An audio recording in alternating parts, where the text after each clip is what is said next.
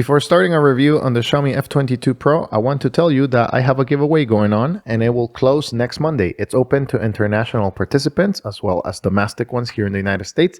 It has quite a range of devices. It has very smart ones and very basic ones. So check the one that you want to win and I will be shipping it to you probably by next week. So make sure to enter the giveaway and to share it if you want to help somebody else to get a basic device or a more basic device than the one that they have right now. But let's get into the Xiaomi F22 Pro. Number one, I want to talk about the hardware of the device. It does have a bunch of things that are useful for those of you who are looking for a transition device. It does have a nice camera. It also has a front-facing camera right here. It does have a very large screen compared to the F21 Pro or the F30 for Americans. This has quite a massive difference. It is quite larger, and also it does have the ability, of course, to have the touchscreen like the F21, but it is way larger than the F21 at this task. Now, this may be good for those of you who have vision needs or maybe larger hands. Personally, I prefer the F21's size just because it allows me to not be tethered into the screen.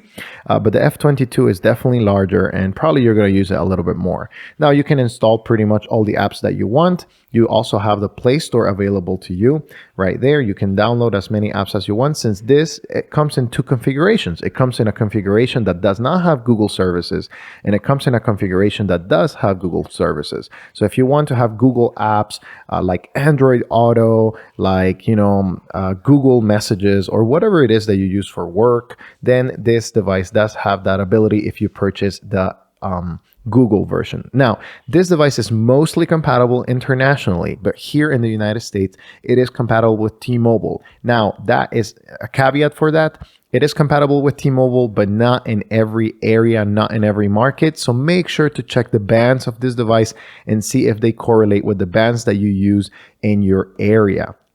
Otherwise, you're going to be buying something that's not going to be very reliable. But it does get VO Wi-Fi, it does get 4G LTE and VO LTE, so I haven't had any issues with it. I've used it for the past 2 weeks and it has been a joy to use. But again, a little bit large, the screen I prefer, and that's why my SIM card lives now on the F20 or F30 for the American version, just because it's a little bit smaller and I'm not finding myself watching videos or doing everything. But again, you can load many different things. So for example, you can have a browser, and right here you can type with a massive keyboard if you want it on the touchscreen, or you can change it to a K9 keyboard right there in English, and you can also type with the keys. So for example, I'll type hello here. Oh, sorry. Hello right there, and I can search. And you can compose your text messages like that without having to have a massive keyboard. But if you want a keyboard for Google typing or voice typing rather, sorry for that, you also have the ability to do so. I prefer having the ability to do voice typing, so that is what I kept it right here. And as you see right there, it does have the ability to voice type because you can use all of the engines for voice typing since it has the Google Play services. Now, if you get the non-Google Play services version, you can also load that on the on this device via the Gboard. So Gboard doesn't need Google Play services to work with the voice to type engine. So again, by factory, it brings a couple of apps like a calculator, a browser, things of that nature. You have a sound recorder right there. You have music, calendar, things that are very basic, but you can load as many apps as you want. Again, this is a transition device. It's not a full dumb phone, but I've enjoyed using it. It works very reliably and the battery life lasts for a very long time. As you see right there, I have 20%, and I believe I've been using it for the past 3-4 days on this charge. So if you use it minimally, you can make it last about 4 days, but on a regular use or moderate use or heavy use, you're going to be running through 1 to 2 days, 2 to 3 days or something like that. This is my experience as well on this device. It's a little bit smaller, it has less battery capacity, and on my F30 or F21, whichever you want to call it, this device also gets me very good, like 2 to 3 days battery life with moderate use, calls, text messages, podcasts, things of that nature. But I've enjoyed using the Xiaomi 22 Pro, and I want to show a couple of things that always come up, like if you can load a launcher. Yes, you can download whatever you want. Let's just download any launchers and you can customize it. This is full Android, this is everything. Nova launcher, there you go. If you want to make it faster, more snappy, save battery, whatever it is, you can install pretty much anything you want.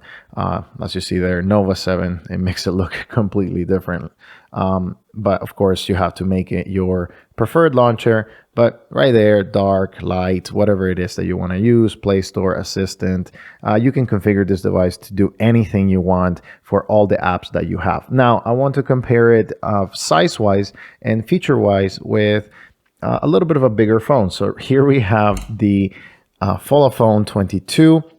This is a massive device, and as you see, of course, this is a way larger screen, way larger device. The design of this device is very nice compared to this one, but as you see, it's almost there, like the size, the physical size of the device, it's almost there with a smartphone. So if you bring an iPhone or something like that, it will be very comparable. So that's why I personally prefer the Xiaomi F21 or the F30. I think the smaller screen will not allow you to be so quote unquote addicted to using it. So I prefer that size of the device. Now, I think it's an excellent device. The F22 is very good and it does the job. It does have a, of course, SIM card ejector there, no micro SD card, no any expandable storage, but it does bring a very sizable 64 gigs of storage right here. So I don't think you'll have issues, using it. It does use, let me show you the software version. It does use Android 12, so it is pretty well updated and it will run pretty much any app that you throw at it. And of course, you can have the Google version or the non-Google version. You have accessibility settings, interactions, you have talk back if you want to use that. You can load it, switch accessibility menus and different things like that. So again, it's a very customizable device. It's a full Android device. If you want T9, you will have to do some configurations if you want to use the keyboard for text messaging. The text messaging experience is very similar, very useful. And you can also have multimedia messages, group messaging right there. So again, it's a very capable device, very good as a transition device. But if you're looking for something that is maybe smaller, that is not going to capture your attention as much, I recommend the F21 or the F30 if you're here in the United States once it's released. And again, that's about it for this device. It's a very good option for those of you looking for a transition device, something that doesn't have the full screen, it has a keyboard, it makes you use it less. And of course, internationally, it will work very well. And here in the United States, only with T-Mobile. If you have any questions about this device or any of the other devices that I have reviewed, make sure to put a comment in the comments and I will be interacting with you guys. Thank you for watching. Thank you for your viewership, and I will see you on the next video.